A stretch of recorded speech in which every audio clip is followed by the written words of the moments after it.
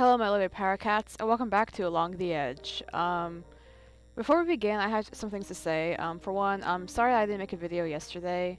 I was just kind of tired. I spent a lot of my day, Friday, fundraising. I kept getting pie in the face, so there was that. I was just tired by the time I got home. I didn't really want to do anything. Um, and also sorry for my past few videos having my home screen in the video. I'm trying out a new way of editing, and I'm still trying to figure it out, so sorry that you keep seeing my home screen. So yeah, let's get back into it. Where we last left off, the Sphinx made an appearance. It was a statue, and that one lady threw wine in Daphne's face. The Sphinx. Chapter 4. November.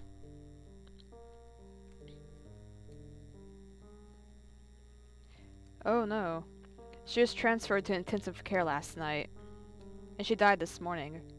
The doctors did all they could, but they said her chances of survival were very slim. How did I get here? We're already well into November. Yeah, I feel as though the cocktail party happened just yesterday. When Yves Maltier unveiled the statue of the Sphinx, that looked exactly like the one I saw in my dream. It was as though I was struck by lightning. There in front of me was the confirmation of intuition that's clung to me since I arrived here at the village. The feeling that there was something, somewhere, that would give me meaning to all of this. Something that I grasped at, which slipped between my fingers like a trickle of water.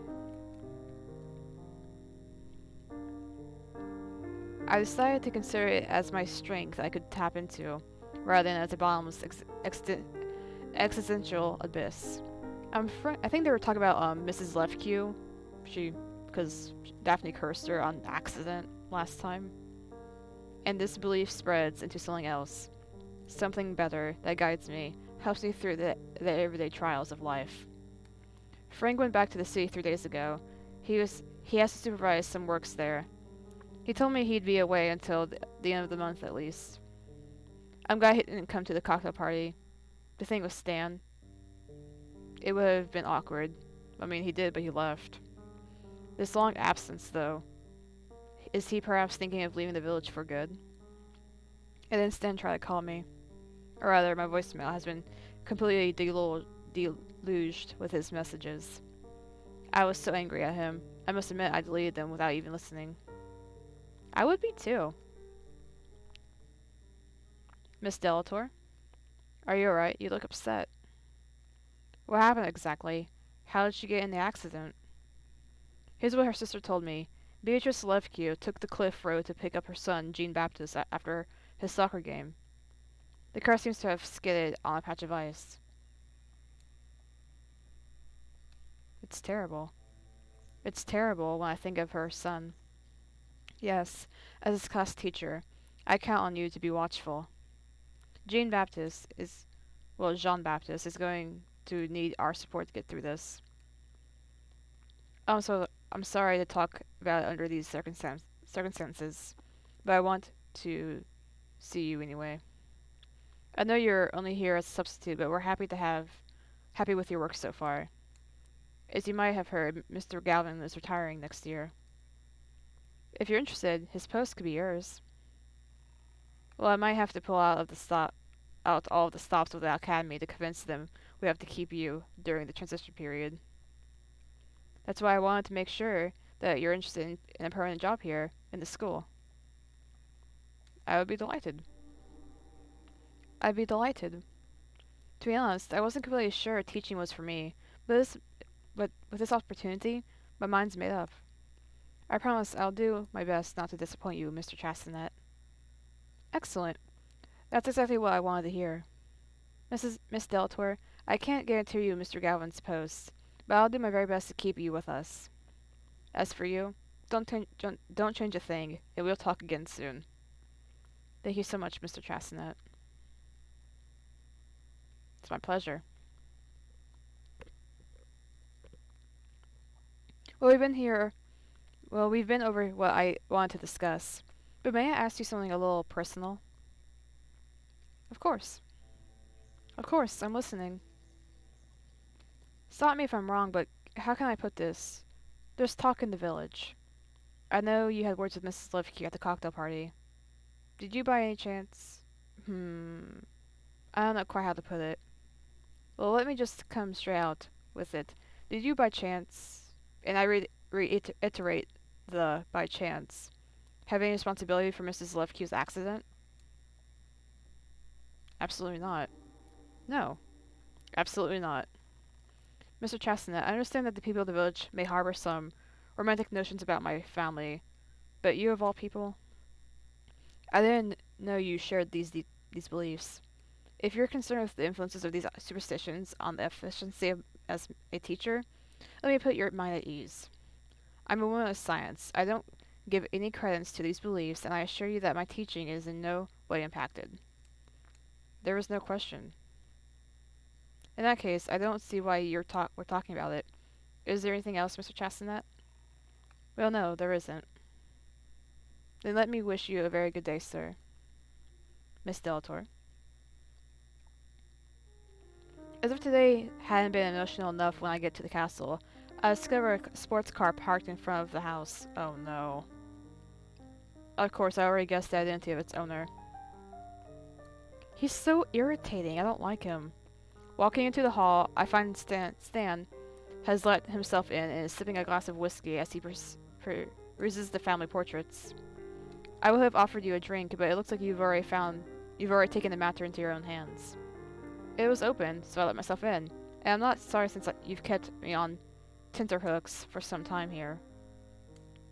I'm already on my second refill. I thought school teachers finished work much earlier, don't they? I was held up. Daphne, we need to talk. I don't want to talk to you. If not answering your repeated calls wasn't clear enough, let me be blunt. I don't want to see you. Okay, I guess my intentions towards you were close to clear. But I didn't come for, well, to be honest, I didn't only come for that. Let me have half an hour of your time after all that's happened. I had to warn you. You need to know about our families, the village, and everything else. I allow a sigh. Alright, say what you have to. Stan takes a deep breath and begins. Of course, there's my father, his projects, and the old quarrel between the Delators, and his sick obsession with the tower. But when I heard about Beatrice Lefkew, that's when I realized the situation was urgent.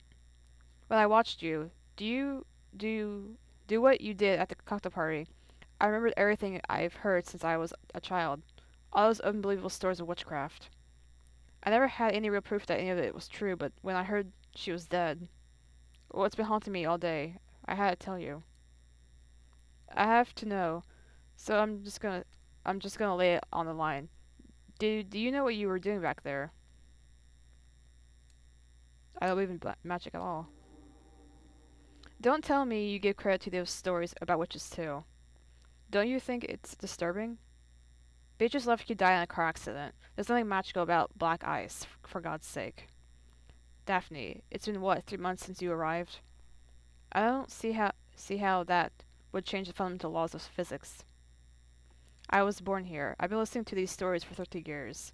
It's neither the first inexplicable accident nor the first strange coincidence I've encountered. Very well, let's say, for the sake of argument, that I did curse Mrs. Lovekew. Do you realize that means I killed her? That's not what I'm saying. You didn't know what you were doing. Perhaps, but try to understand that this witchcraft stuff goes against everything I believe, and yet, if any of this is true, I'm responsible for the death of the mother of one of my students. I'm overwhelmed by emotion. I realize I've been holding my tears back since the director broke the news to me. Oh God, no! Don't hug him! Don't hug him! Ugh! I burst into tears, and Stan takes me in his arms. I let him. I'm torn by conflicted emotions. I think of Frank. He should be the one comforting me. I shouldn't let myself go like this, but strangely, I trust Stan. Maybe I judged him a bit hastily. He kissed you while he was drunk against your consent. A few minutes later, I tremulously blink away the last tears. When he's sure most of the storm is behind us, Stan gently lets go of me, and looking me straight in the eye while holding me by the shoulders, says, "Please forgive me. I've been terribly inconsiderate.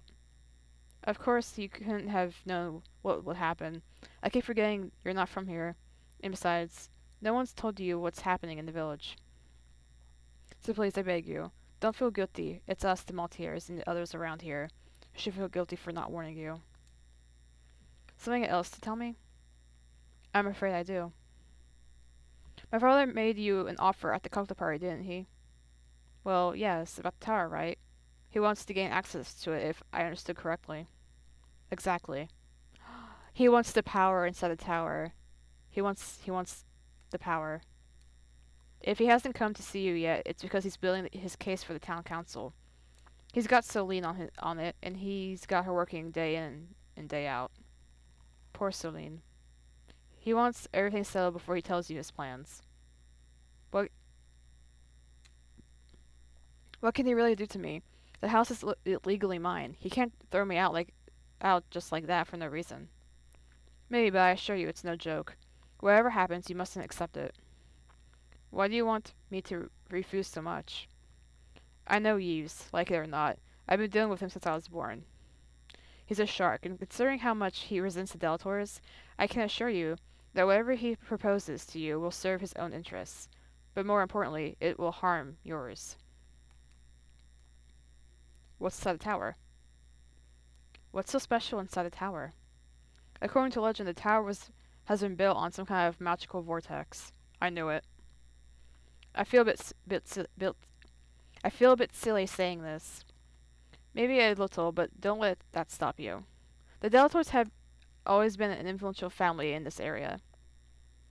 Your family has kept to their traditions despite the law, and the name Delator of the tower goes from mother to daughter, and the eldest daughter has always been the spiritual guide of the community. A kind of Celtic grand priestess, if you see what I mean. Since, well, Christianity never really got very popular around here, as you've probably noticed. Mrs. Lefke was a Christian.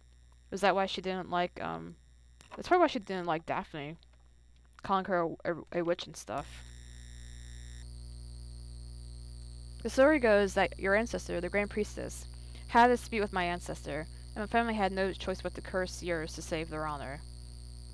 Since that time, the Maltese have accumulated wealth and prospered, while the Delators have declined. Is that why Daphne had a miscarriage? Because they're declining? Hmm. Fair enough. But all that happened a long time ago. Why keep such an old quarrel alive? Not only did I do nothing to harm your family, but it looks to me that the Maltese already have the upper hand, don't they? That's where the tower comes in, as I understand it. These blessings have a price, and my father wants to get into it to lift the curse that takes its toll on my family too. And the tower is the key to lifting the curse. But I can't let Yves get inside because he may want to harm me. Exactly. It may sound stupid, but I have to ask. Do you know where the entrance to the tower is? No, but everyone in the village knows that it was condemned after the events that tore both of our families apart. So why didn't anyone tell me? Don't judge the villagers too harshly. They're naturally suspicious, especially when it comes to us. Should I brace myself for more revelations, or is that it? I guess I've told you most of it. The crux of the matter, anyway. But you must have 1,000 questions.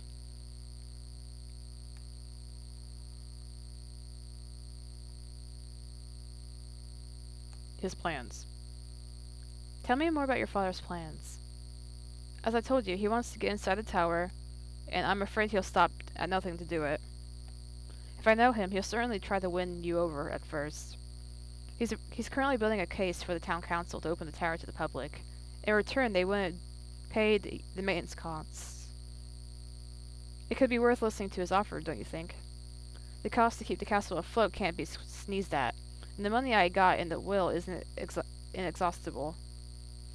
I don't know how else to say it, and I don't have any proof except my own experiences and the trust you may put in my word. But I assure you, to accept anything that my father for my father would be a very bad idea. During your grandmother's time, he was resigned to not getting into the tower, but now things have changed, and he wants to take advantage of the opportunity. I'm sure he'll come up with a very attractive financial deal. He's counting on your supposed naivety to get what he's after. Alright, let's say I refuse. What happens next? That depends. Depends on what? It depends on whether or not you believe in all this witchcraft stuff. It always comes back to that, doesn't it? Perhaps, but it is a very durable concept for most people who live here. And whatever your feelings about it, Yves is still a very real threat. You're not the first person to oppose him, but you've got a few cards up your sleeve that might make you the last. Then what about your family? Your family, I'm curious. Can you tell me more about them? I think you've already grasped the nuts and bolts. First, there's my parents, Yves and Clothilde. Our relationship has been distant since I've been old enough to understand how they think. What do you mean? How can I sum up the multi-year method? I would say manipulation and extortion under the cover of good breeding. And if that doesn't work then, they throw money in the general direction of the problem until it's kind enough to disappear. Charming, but I'm asking myself, why would they stay in the village? I mean, with so much wealth, they could live anywhere, couldn't they? You mean somewhere less remote? You're not wrong, but don't forget they're very attached to the area. With their beliefs, they're much too afraid of losing their advantages if they leave, I guess.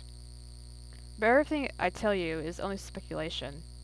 Yves had decided I wasn't fit to be the number one heir long before I was old enough for him to tell me any of their little secrets. And you? Haven't you ever thought about leaving? Of course I have, but Celine and her son are stuck here. I couldn't bring myself to leave them alone in the belly of the beast. Sure, that makes sense.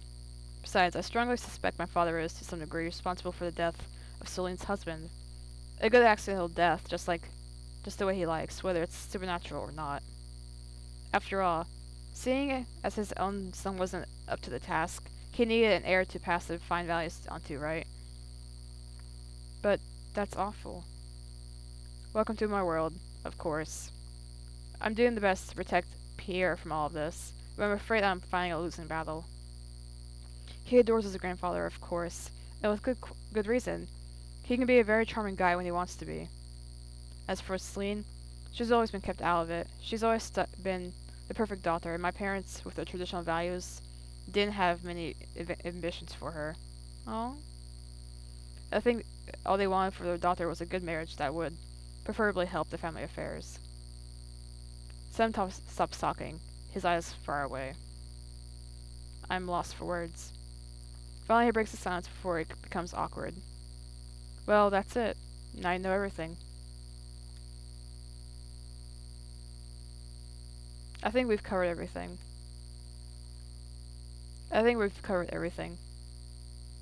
There's still something I wanted to talk to you about. I can see in his eyes what kind of subject we're about to discuss. But wouldn't I be putting my chances to reconnect with Frank in jeopardy by getting involved in that? See him to the door. No. I know what you're about to say. I thought I was clear. I'm sorry, but...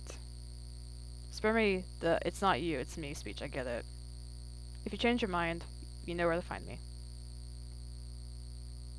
Days go by, and still nothing from Yves Maltier. I must admit, finding out about his plans has left me in a state of permanent apprehension. I try not to worry about it. I mean, really, what's the risk? These stories of curses and witchcraft are totally unbelievable. Yves Maltier can't make my car fall off a cliff by putting needles through some doll made in my image. That's voodoo. But that doesn't mean he's harmless, and I'm eager to find out what he's up to. I've spoken to Frank on the phone a few times. He's helped me get my head straight, put everything into perspective. I must admit I miss him. He promised he would do his best to come back soon. He said he had news and that we have to talk when he gets back. Knowing him, I'm not sure if I should be worried or excited. Then there's the Bertines. I haven't seen them in a while. Sometimes I think of Celine Maltier. I'm not sure if I got her figured out, but I felt like there was something going on when I met her at the cocktail party. Perhaps I could call her. Maybe we could see each other again. What should I do? I want to see where the bird teens are at. Oh, they're okay, thank God. When I knock on the lodge door, Mrs. Beardy answers. Oh, hello, miss. What brings you here? It looks as though she's putting her knitting aside to greet me. Next to the fire in the armchair, I make out the silhouette of Mr. Beardy. He looks at me over his newspaper, the local news, and puffs on his pipe as I enter the room. He nods me a greeting. I was just passing to see how you are. It's been a while since we saw each other. Yes, it has. Time flies. When my husband and I heard about Mrs. Lefkew, we felt terrible for the poor woman. It smells like another Maltier trick if you're asking me. It doesn't make sense. But it doesn't make sense. Why would the Maltiers want to get rid of a housewife? Do you mean that you knew her, miss? Well, I wouldn't exactly say I knew her. She was the mother of one of my students, and she had, how should I put it? Let's just say she had a few opinions about the Delators. Mrs. Bertine turns white. But excuse me for putting this so bluntly, but did you curse the woman? Before I have the time to answer, she continues. Without wanting to, miss, how could you have known? Did you hear that, Gerard? We should have warned her. Mr. Brigantine lays his newspaper down on his knees and regards us with a piercing gaze. Come on, Gilberte, you were saying just a few days ago that those stories were nothing but stories. If I had known. You must realize that what you're saying isn't real, Mrs. Beartine. Curses. You can't make people have a car accident just like that, with the power of the mind. I mean, Daphne, your eyes started to glow when you did that to her. I'm afraid you're wrong, miss. You don't know the village legends. So tell me about them. I get the feeling there are a lot of things I don't know about the village, about my family, the Maltiers.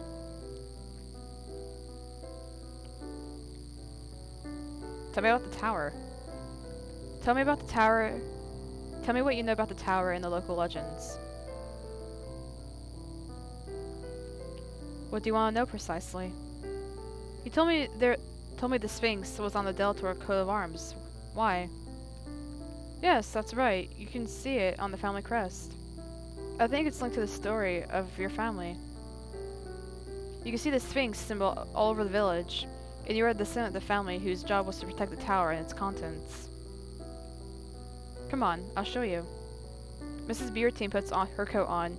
I follow her to the tower. She points out a shield with the coat of arms of the family carved into the outer wall. See? I can clearly make out a tower surrounded by two sphinxes. We return without speaking to the lodge. But the sphinx has nothing to do with Egypt. It looks more like the one from Greek mythology, doesn't it? Like the sphinx that protected Thebes, the one who asked Opidius the riddles, I suppose. I remember that sphinx from Percy Jackson. I read that book. Well, one of them. All of them, actually. But that one was in the Battle of Labyrinth, where we met her at. Anyway. Oh well, miss. That I couldn't say. A few years ago, Gerard and I were watching a documentary about Egypt on the TV, and we said to ourselves, that looks like the statue in the village. Do you remember, Gerard? Mr. Beartine mutters something unintelligible without glancing up from his newspaper. What they say is that the region is magical. It used to be a place of pilgrimage. In the old days, people came to be healed, or to join the festivities for the passing of the seasons. I couldn't tell you why, but the legends say that your ancestors used to perform miracles. My ancestors, the Delators? Yes, the Delators. But this was before they built the tower. I don't know what they were called back then. Also, your family had a duty to protect the village.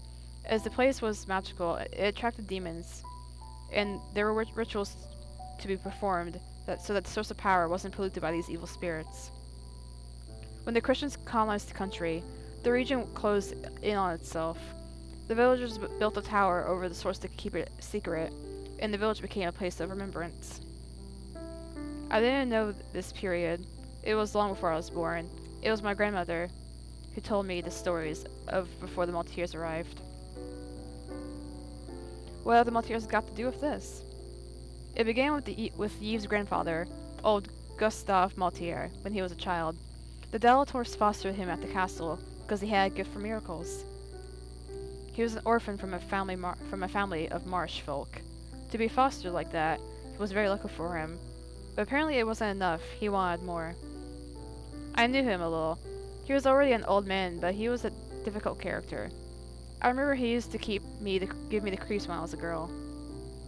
Anyway, it's since then that the Maltese began to amass their fortune. That's when the accidents started to happen. If anyone went against the Maltese, something bad happened to them every time. And then the Delators began to wither away. In the end, there was only your grandmother left, and then you came. I still think the Maltese did something to her baby when she was pregnant. Why didn't you tell me all this before? You came from the city. You didn't know anything about all of this. If we told you about the spirits of the forest or magical sources, what would you have thought? And we thought it was just old stories. We weren't born in the time of the miracles. And we don't know much anyway, my husband and I. About Mrs. Lefkew. Tell me about Mrs. Lefkew. You seem to know her. I wouldn't exactly say I know her. Let's just say she was the talk of the village some years back. Really? Why? Her husband was a brute, the type who drinks too much, if you see what I mean. There were several incidents. I went on for a few years. Beatrice Lefkew would never have filed her for divorce. And yes, Steve Maltier was very supportive when her husband disappeared. Disappeared? Do you mean he died? No, well, I don't know. Just like that, he was never seen again. They say Yves Maltier drove him out of the village. Beatrice Lefkew was sure it was thanks to the Maltiers, and as she worked at the town hall, well, it was best not to speak ill of Mr. Mayor when she was around. I see. That said, Yves did a good thing there, didn't he? That depends. No one really knows what happened to Lefkew, and even so, one good deed doesn't redeem a lifetime of wrongs, does it? But that means her son Jean-Baptiste is an orphan? Well, Jean-Baptiste is an orphan. Well, yes, but don't worry too much about him. His aunt took him in. He must know her. You must know her. She's the wife of the fishmonger, you know, at the market. They're a good family. I'm sure they'll take care of him, as if he was their own. There's some consolation, at least, about the curse. Tell me what you know about this so-called curse. I can't tell you much about this, miss. The Delators were known to be miracle makers, but it's been a long time since anything like that happened. It hasn't been in my lifetime, but in the old days, they used to say that your family had a gift. Can you tell me what happened with Mrs. Lefkew? Maybe it will jog my memory. I'll tell her what happened. It must have been the words you said without realizing. And the wound. That must have been what unleashed the spell. But no way. I refuse to believe that uttering some words, any words, could have the consequence of killing someone. Do you realize what you're suggesting? It's a shame your grandmother is no longer with us. She would have explained everything to you. Yes, I imagine she must have known a lot more about this. And yet, I still think that it's Maltier's trick. That would be pretty twisted, don't you think? Oh well, nothing would surprise me with those lowlifes. But considering they don't like the Delators, they probably just want to frame her. By the way, Gerard saw the Maltier's boy car in the yard the other day, didn't you, Gerard? I hope he wasn't bothering you. Yes, he did drop in, but don't worry. He behaved himself. I'm glad to hear that. If he bothers you, just give us a call. Gerard has been looking for an excuse to put a cartridge in the ones we're in for a long time. Thank you, but I don't think that will be necessary. Say goodbye. I have to go now. Thanks for answering my questions. So now you know everything. Well, Gerard, we told her everything, didn't we? Mr. Bjortine huffs on his pipe, thinking, then nods in agreement. My wife and I, we're just the wardens. We were never in the know. Your grandmother, she could have told you, warned you. It's a lot to swallow. But everything you've told me, it's pretty hard to swallow. The curse, the magic source, the evil spirits. Whether you want it or not, it's in your blood, miss. It's your inheritance. What should I do next? Call Celine. When I call Celine, she's surprised to hear from me, but she welcomes the idea of having coffee together. We meet up in the afternoon in a small tea room with a terrace that looks out on a tree-filled square. Celine is waiting for me, cup in hand, watching her son who plays with the other children in the playground next to the terrace. The reason for the choice of this tea room is suddenly clear, considering the strategic location it represents for the young mothers of the village. Since my miscarriage, I avoid these kinds of places like the plague, as I tend to dredge up a stew of bad memories. I try to keep my face composed as I sit down with Celine. I guess I don't do a great job, since she asks me with a concerned face. Are you alright? Tell her what's wrong, something to be ashamed about. Yes, sorry, it's this kind of cafe with a playground. It reminds me of a time in my life that was difficult. Oh yes, of course, one idiot. I should have known, seeing as you're a delator. Oh. Maybe that kind of reaffirms my belief that her miscarriage was caused by the curse. What do you mean? Well, the delators always had, childbearing issues. There is a hush. Sorry, that was inconsiderate. No, it's nothing, it's me. I shouldn't let myself turn back to that page of my life so easily. I'll never get past it. Change the subject. I'd rather not talk about it if you don't mind. Yes, of course. I understand perfectly. We chat for a while. The conversation is frequently interrupted by Pierre Zeus, who wants to show us a fascinating stone, to ask for a cookie, or to recount the incredible adventure that just happened to him in the playground sport. It's Celine who finally cuts to the chase, saying out of nowhere. So, now that we're through the niceties, can we get to the real reason you called, don't you think? I'm fairly sure Stan has told you everything about my father's plan. You want to ferret out more information, don't you? Our conversation has suddenly become a minefield. I need to choose my next words very carefully. Slept it. I didn't come for that, but since you're asking, I must admit I am curious to know more. Ah, I knew it! You Deathers really are all the same.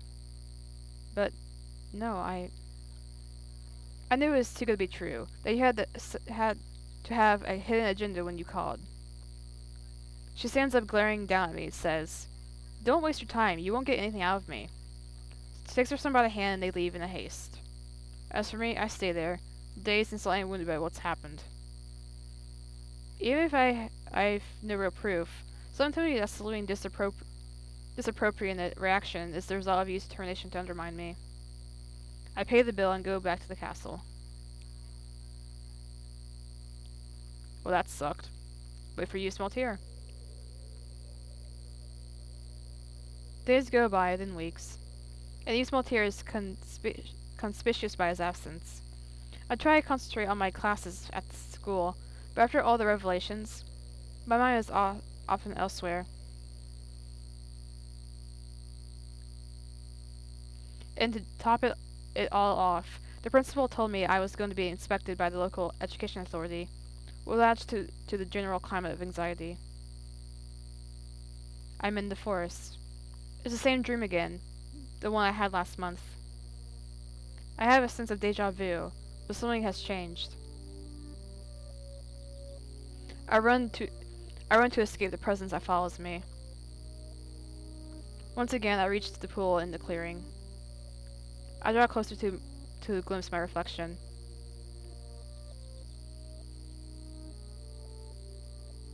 It's a different image, as though something has changed. But at the same time, it's more precise, almost more real. I'm wearing a skirt suit, the kind of outfit I've adopted for teaching. My hair is tied in a neat bun, and I wear a heavy fringe that covers my forehead. I like this image of myself, so adult and responsible. I touch the reflection, and after a moment of darkness, I'm back in the garden. When I come to the statue of the Sphinx, her gaze is different. She looks ahead with a defiant determination. That's when everything changes. I'm driven by the string of instability that seems to emanate from the statue. This time, I don't let myself fall into the darkness. This time, I find the courage to turn around and confront the threat. The Sphinx stares, her gaze immovable. Oh, hello. That's when I see the beast for the first time. We watch each other for a second. That seems to last forever. Then the beast hurls itself at me.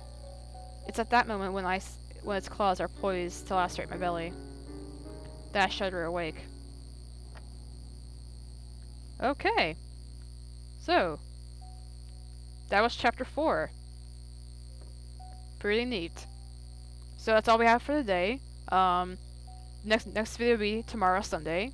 If you want to subscribe to my channel, go for it. Want to like, comment, do the same thing if you want.